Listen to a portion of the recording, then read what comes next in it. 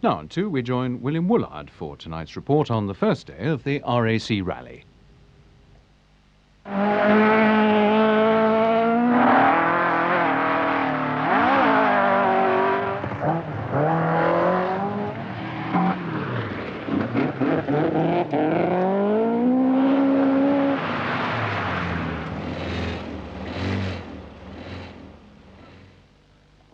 Good evening and welcome to all you rally watchers who've got the enthusiasm, not to mention the stamina, to stay up this late for this programme.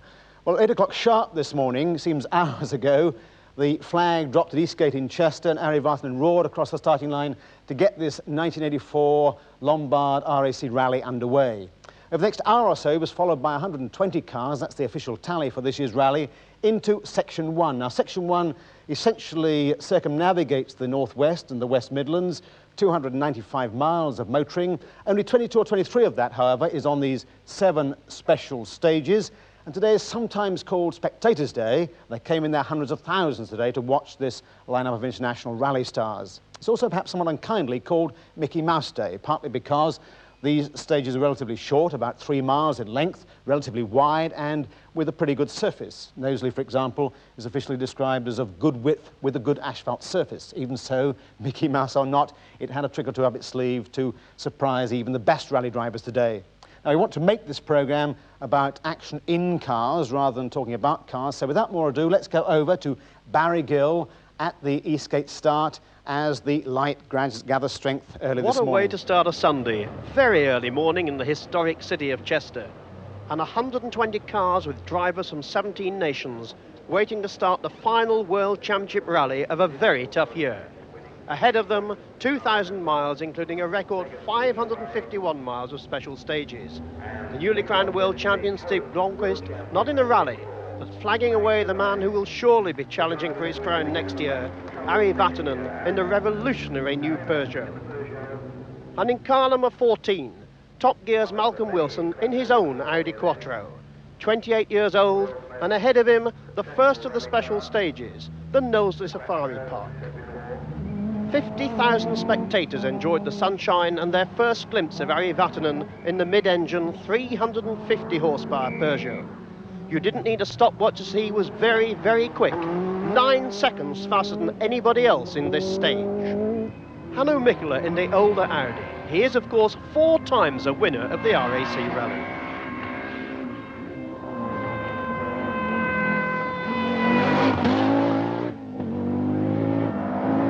The 1984 British Rally champion, Scotsman Jimmy McRae in the Opel Manta 400. He was 7th fastest. Big Bjorn Voldergaard, still a great driver, in the Toyota.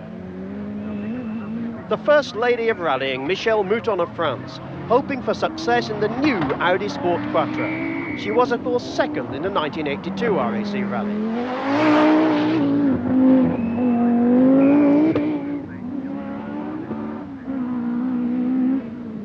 Timo Salonen from Finland.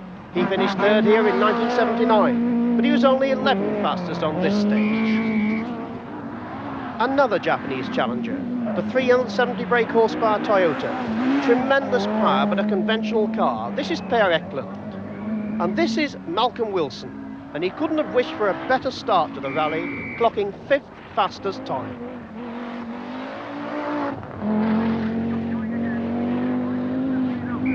This is a man to watch, Juha Kankkunen, tipped by Timo Mäkinen to be a real star. In the Toyota works Celica. And here's a real home favourite, Russell Brooks entering his 17th RAC Rally. He was 2nd fastest in the Opel Manta. But there was trouble for another British favourite. This is Tony Pond. He went up at the start of the stage and his rally in the Rover was ended. Chatsworth, the 2nd stage, 3.7 miles of a very mixed surface with a very tricky and muddy hairpin. Watch Michelle Mouton using the 4-wheel drive of the Audi Sport Quattro to get the 4th fastest time, but not fast enough. Vatanen in the Peugeot was 8 seconds faster. Just contrast the 4-wheel drive form with the struggle Shaker Mater has in his conventional Nissan. Mater is, of course, used to mud from the Safari, but he could only manage 17th fastest time here. Malcolm Wilson treats this corner with great care. He was 19th fastest, but obviously not taking any chances.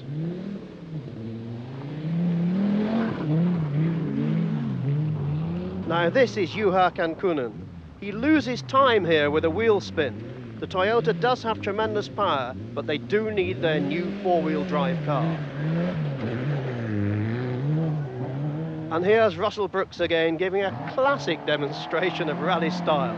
He was 11th fastest in the Opel Manta.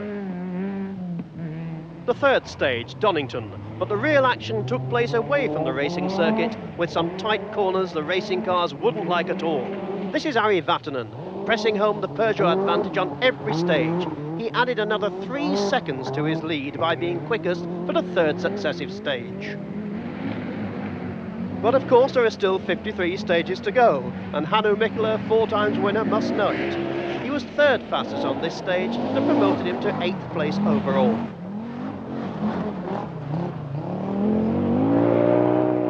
Something for the Scots to cheer about. Jimmy McRae was holding a top 10 position.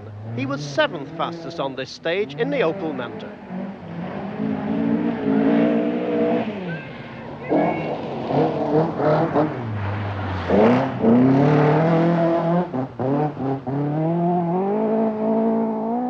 Bjorn Voldegaard is just back from Kenya, where he's been testing and developing his car. He really loves his rallying, and the crowd love him.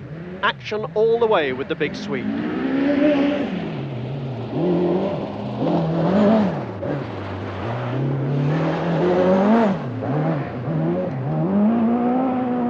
This is Michelle Mouton, debuting for the British fans, the new Audi Quattro Sport. But she's finding it a handful.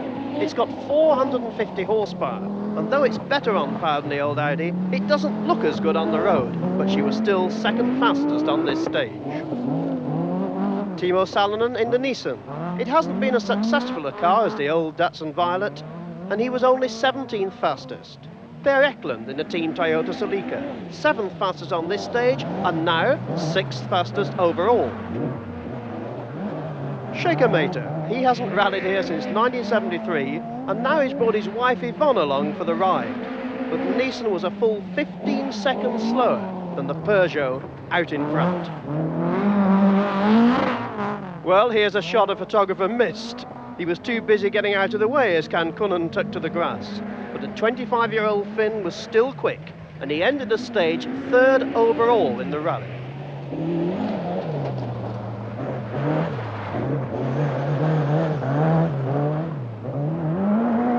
Malcolm Wilson was lying 11th in the rally at the end of this stage, making few mistakes and seemingly gaining in confidence all the time.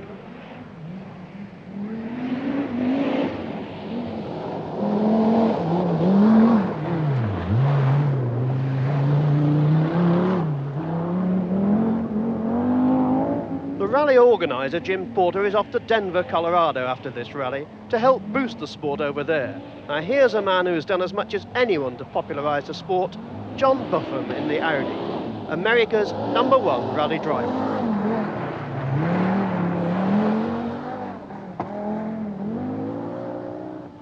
Terry Cabey of Toaster was a late entry, but he's certainly not late in the event so far. Despite that exciting style, he was 12th fastest on this stage and moved into the top 10, 10th overall.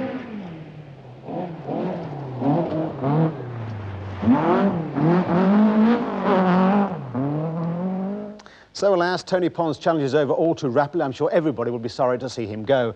But everybody was saying how slippery those 3 stages were. Cars are spinning all over the place, including the big boys. Mikkola, for example, had a moment at Knowsley that put him back to 33rd place. So did Eklund and so did McRae. Now from Donington they went on to Sutton Park in Birmingham, very big, packed with people, 3.68 miles of very good tarmac. And yet again, massive crowds at Sutton Park near Birmingham. 3.68 miles, and Hannu Mikkola was 2nd fastest in the Audi. The even better news for him was that Ari Vatanen was not fastest on this stage, he was only 6th. Jimmy McRae didn't have a happy Sutton Park either. He was only 14th fastest, and it dropped him out of the top 10 into 11th place. But Bjorn Voldegaard was really enjoying the tarmac. He clocked 4th fastest time and moved the Celica up to 5th overall. Michelle Mouton was of course able to use all that horsepower here, and she pushed herself into second position overall in the rally. Timo Salonen was twitching here, and something must have happened to him in Sutton Park, because he was only 28th fastest and dropped right down the field.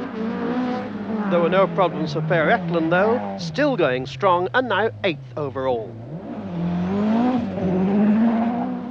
Cancunen, the man who is tipped by Timo Mäkinen to be a star, was living up to his master's confidence. He's now lying 3rd. And Malcolm Wilson and Nigel Harris were 6th on this stage, which made them 9th overall in the Top Gear car. There were 7 stages in the 295 miles a day, and by the time they reached Trentham it was very dark and also very wet. But nothing could slow Harry Vatten. By the time the survivors reached Chester, he had a 39-second lead in his Peugeot. 2nd, Michelle Mouton in the Audi. 3rd, Bjorn Voldergaard in the Celica. 4th, Hannu Mikkola in the Audi Quattro. 5th, Cancunen in his Celica. And Malcolm Wilson 6th in the Audi Quattro. Fortunately, Malcolm didn't have the sort of problems that seemed to hit some of the drivers in Trentham. The unluckiest man was surely this man, Stig Andervang.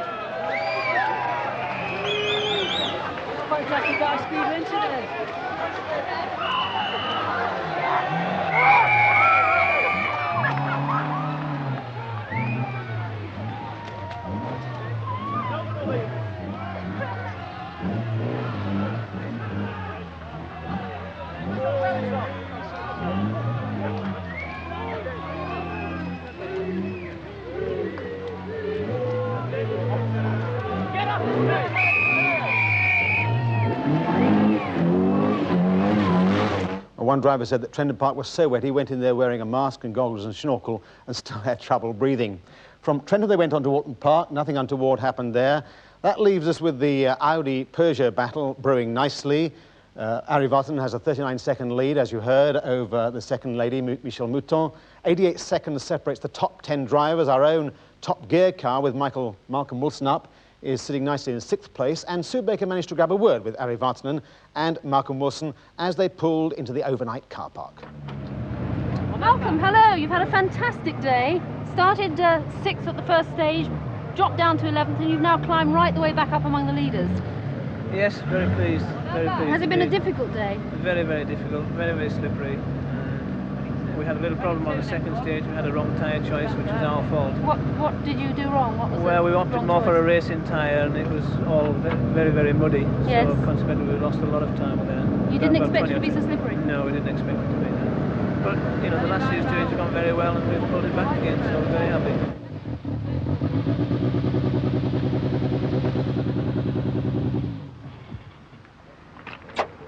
Harry, hello. Hi, hi.